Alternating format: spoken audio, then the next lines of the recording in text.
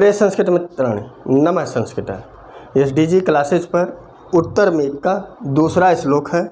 पहला श्लोक में बताया गया कि वहाँ के भवन आपसे तुलना करने के लिए तैयार। अब वहाँ की स्त्रियों के बारे में बताया जाएगा कि वहाँ की स्त्रियाँ कैसी हैं, ताकि यक्ष जो है मेघ को बता रहा है कि उस अलका नगरी को तुम कैसे पहचानोगे, आखिर उस अलका नगरी की क्या क्या विशेषताएं हैं।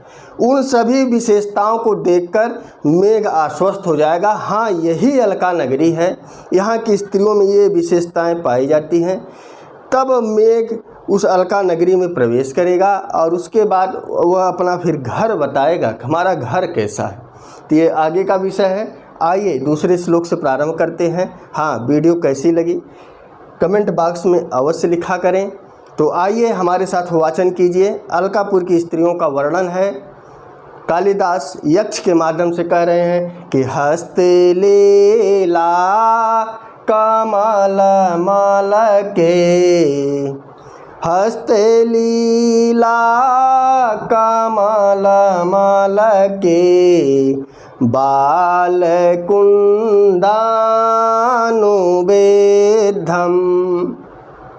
नीतालोध्र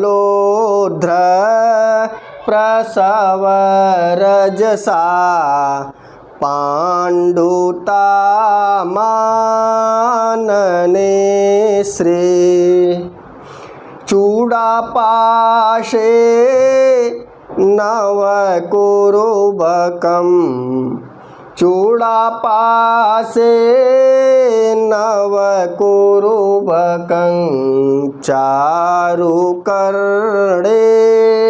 शिरेशम, सीमन्ते च त्वदुपगमजं,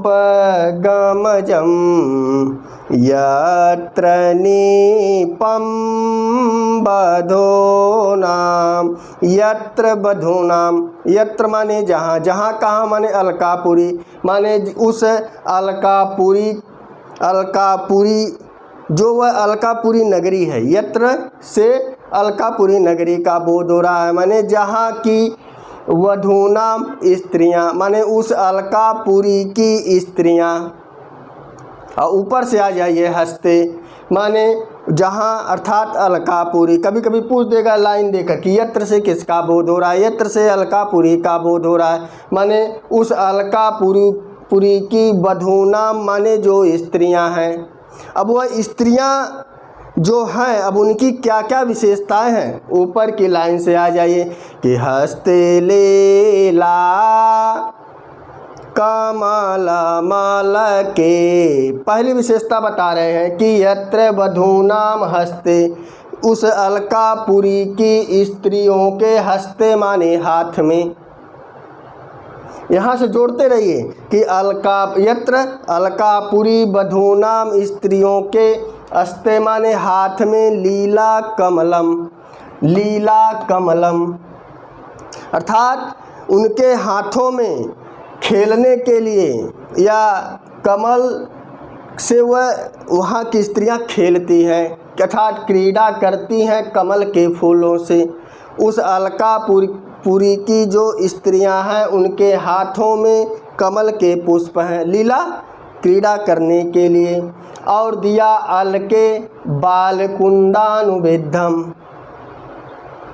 यहाँ से फिर उठाइए कि यत्र वधूनाम यत्र अलकापुरी, अलकापुरी की स्त्रियों के अलके बालों में, अलके बालों में। और बाल कैसे हैं, घुघराले हैं, अर्थात उनके घुघराले बालों में अनुबेधम गुथे हुए हैं। गुथे हुए क्या हैं, बाल कुंद।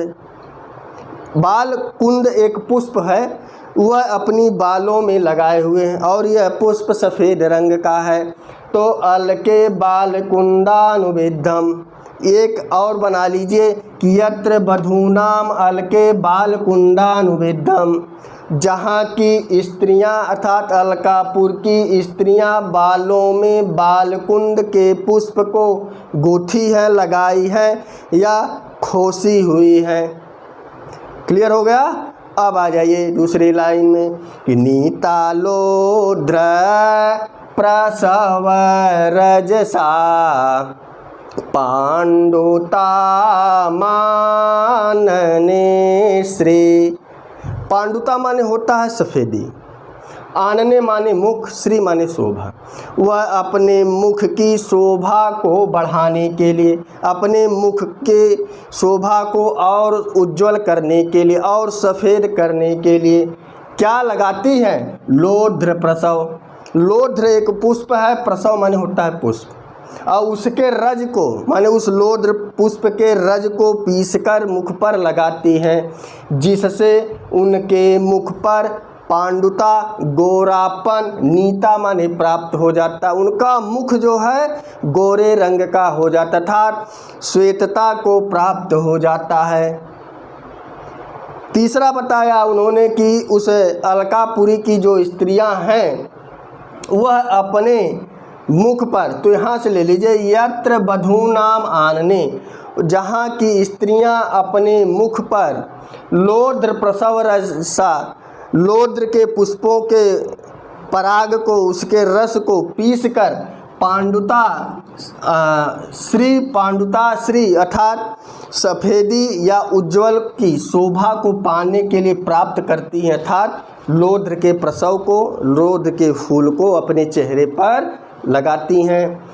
अब आ जाइए तीसरी लाइन में कि चूड़ा पाशे, चूड़ा कह लो या जूरा कह लो, गांव की भाषा में जूरा और इसकी भाषा में चूड़ा।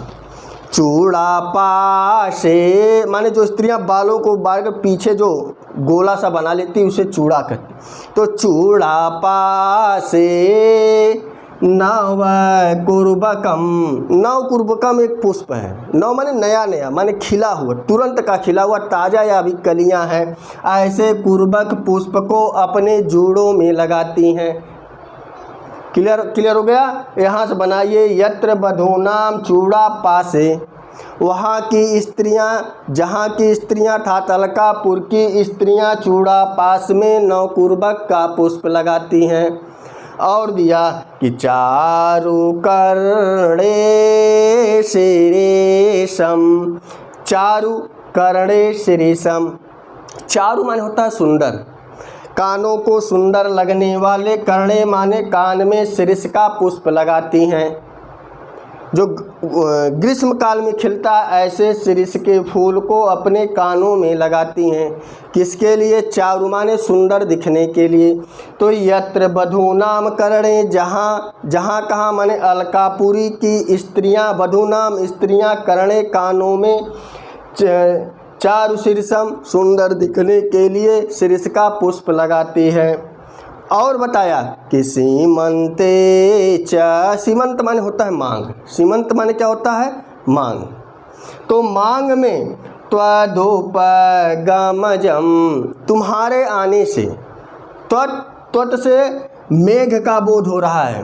कभी कभी पूछ देगा त्वत से किसका बोध हो रहा है? मेघ का बोध हो रहा है। कि त्वत माने तुम्हारे, उपगजम समीप आने से या तुम्हारे आने से, ज माने उत्पन्न होने वाले, नीपम माने कदम्ब के पुष्प।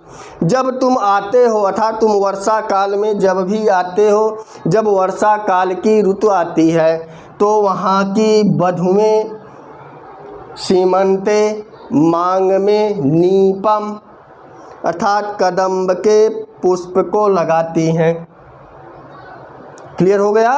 कि यत्र बधूनाम सीमंते, जहाँ कहाँ अलकापुरी की स्त्रियाँ, बधूनाम यत्र बधूनाम अलकापुरी की स्त्रियाँ सीमंते मांग में, तुम्हारे आने से जब कदम के पुष्प खिलते हैं, त्वत उपगम तुम्हारे समीप आने से, जमाने उत्पन्न होने वाले कदम के पुष्प को अपनी मांगों में लगाती हैं।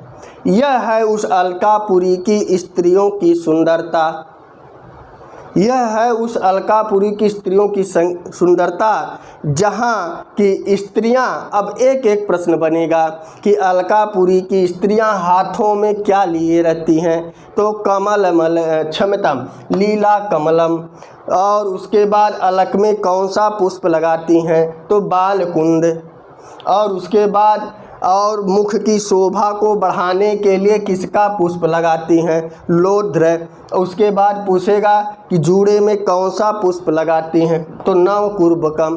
कानों में कौन सा पुष्प लगाती हैं? शिरीष का। और मांग में किसका पुष्प लगाती हैं? तो कदम्ब का।